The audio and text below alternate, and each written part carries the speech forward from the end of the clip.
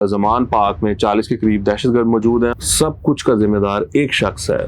किसी को जो कि 9 मई के वाक़यात में शामिल है उसको बख्शा नहीं जाएगा। पंजाब में महमूद मौलवी साहब जो कि वाइस प्रेसिडेंट रहे हैं सिंध के, उन्होंने पार्टी को छोड़ दिया है। आमिर कियानी जो एडिशनल सेक्रेटरी जनरल हैं पीटीआई के, वो भी अपनी राहें जुदा करने जा रहे हैं। मैं पार्टी से अलहदगी का ऐलान करता हूँ और अपनी टिकट भी वापस करता हूँ। खान साहब अगर माफ़ी तलाफी भी कर लें तो शायद बच जाए। वहाँ पर अपील करते कि भाई सब लोग घर जाओ और ये प्रोटेस्ट बंद करो, हमसे गलती हो गई, हम तो रोक रहे थे, हमने नहीं जलाया, हमने नहीं ये किया।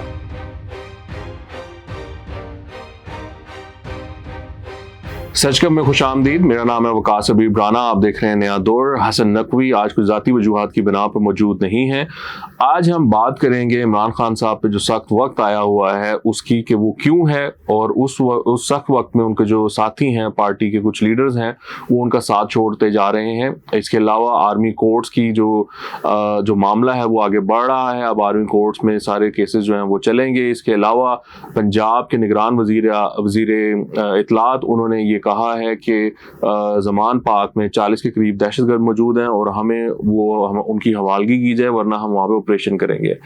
अब इसमें जो बहुत ही ज़्यादा इंटरेस्टिंग बात है ना, वो ये है कि खान साहब ने कोर्ट में बैठ के, इस्लामाबाद हाई कोर्ट में ये कहा, जब उनकी ज़मानतें हो रही थी, धड़ाधड़ ज़मानतें हो रही थी, मतलब सुप्रीम कोर्ट ने उनको फैसिलिटेट किया पिछले दिन, उनको गेस्ट हाउस में रखा, उनको कहा आप खुशो खुरम रहें, आप वहाँ पर 10 लोगों को बुलाएं, गप्पे मारें और फिर सो जाएं, और पूरी तरह मेहमान नवाजी की गई इमरान खान साहब की। उनको कहा गया कि गुड टू सी यू, जाते वक्त उनको कहा गया बेस्ट ऑफ लक, उनको मर्सिडीज में लाया गया, उनको बिल्कुल एक 7वें आसमान पर पहुंचाया गया। उसके अगले दिन वो इस्लामाबाद हाई कोर्ट में जब पेश हुए तो उनकी धड़ाधड़ जमानतें हो रही थी।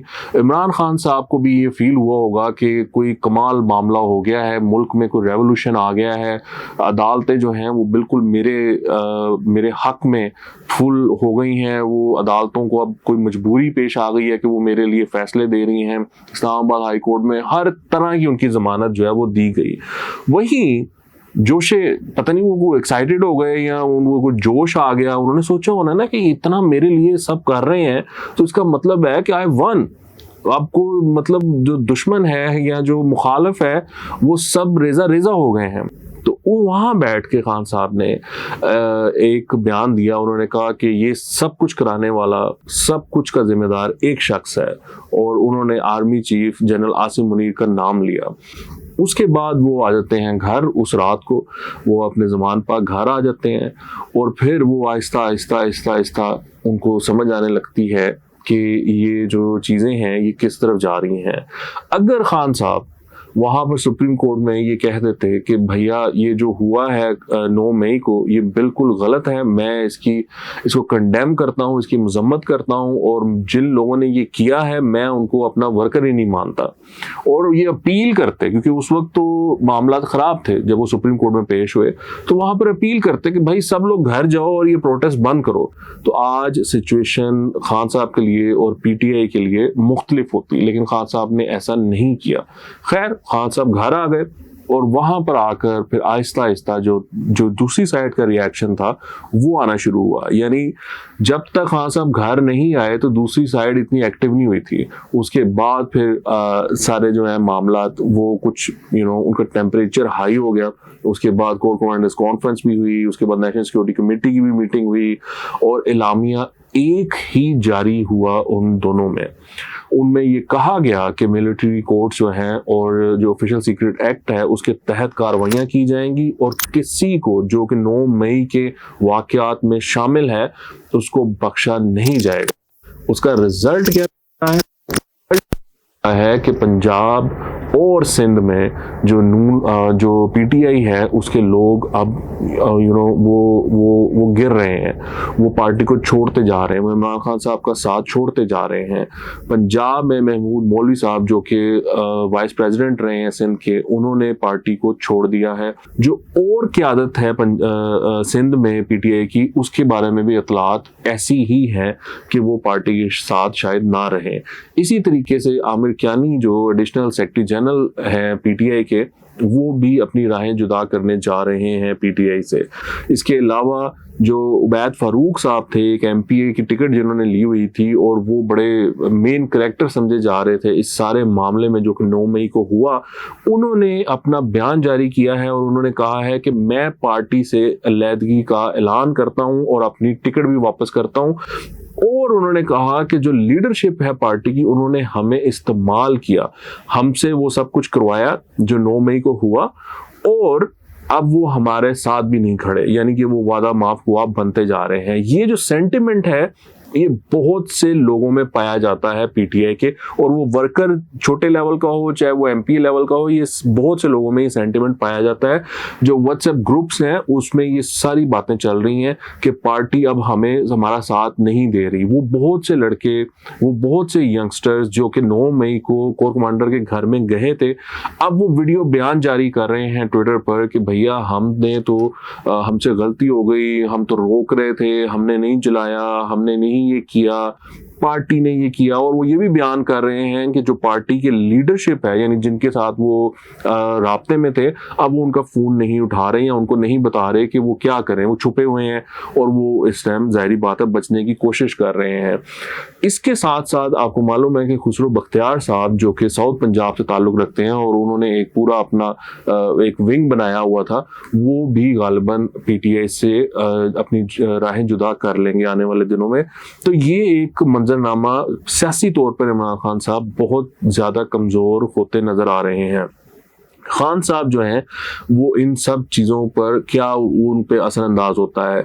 देखिए, जहाँ पर इमरान खान साहब की बहनों की बात आई, जब उनकी वीडियो रिलीज हुई कि वो कोर कमांडर के घर के बाहर खड़ी थी, तो खान साहब ने उसके काउंटर में एक जो है वो ट्वीट किया जो कि यास्मीन राशिद के बारे में था और अपनी बहनों के बारे में था कि ये लोग तो वहां पर रोक रहे थे उनको, तो इनका तो कोई कसूर नहीं है। तो जब बहनों पर फैमिली में बात आई तो उन्होंने एक ट्वीट किया।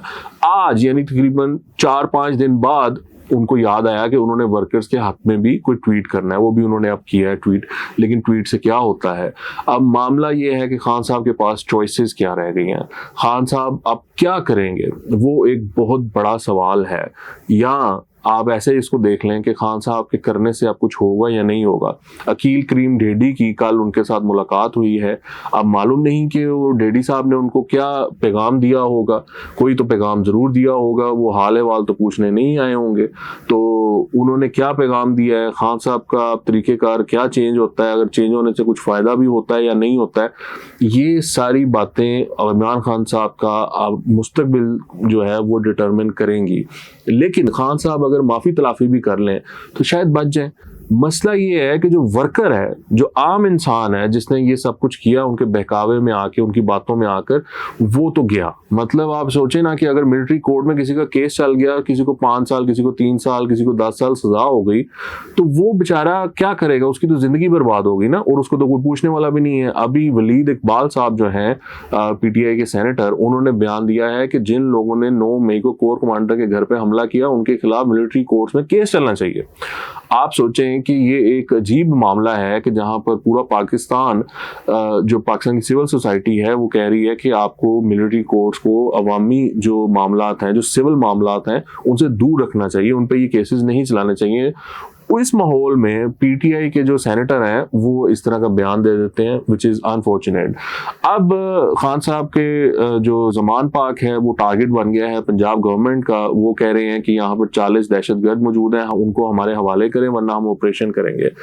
यानी अब खान साहब के पास जो पॉलिटिकली जो स्पेस उनकी कम होती जा रही है, तो उसी तरीके से अब ये इस तरह के केसेस और इस तरह के जो ऑपरेशन हैं वो अब होना बड़ा आसान रह जाता है, क्योंकि जाहिर बात है अब मुश्किल है कि जमान पाक में भी लोग उस तरह पहुंचे जिस तरह पहले पहुंचते थे। तो अगर किसी ने वहां पर ऑपरेशन करना है, पुलिस ने या रेंजर्स आ जाती हैं, तो मेरा ख्याल है कि वो फिर काफी आसान हो जाता है और खान साहब के लिए अब काफी मुश्किल होगा कि वो इसको रेजिस्ट कर सके। तो अब गालिबन अगर खान साहब उन लोगों को हवाले नहीं करते पंजाब गवर्नमेंट के, तो एक ऑपरेशन होगा। तो अभी आने वाले दिनों में चीज़ें और लगता ऐसे है कि टेंस होंगी। इसमें अदलिया क्या किरदार अदा करती है, अदलिया किस तरह इमरान खान साहब को दोबारा बचाती है, वो देखने से ताल्लुक़ रखेगा। और वो फिर फौज और अदलिया की जो ये लड़ाई है ये कहाँ जाके रुकेगी, ये देखने वाली बात होगी। आज के लिए इतना ही। आपके देखने का बहुत शुक्रिया। आपसे मुलाकात होगी कल। खुदा हाफिज़।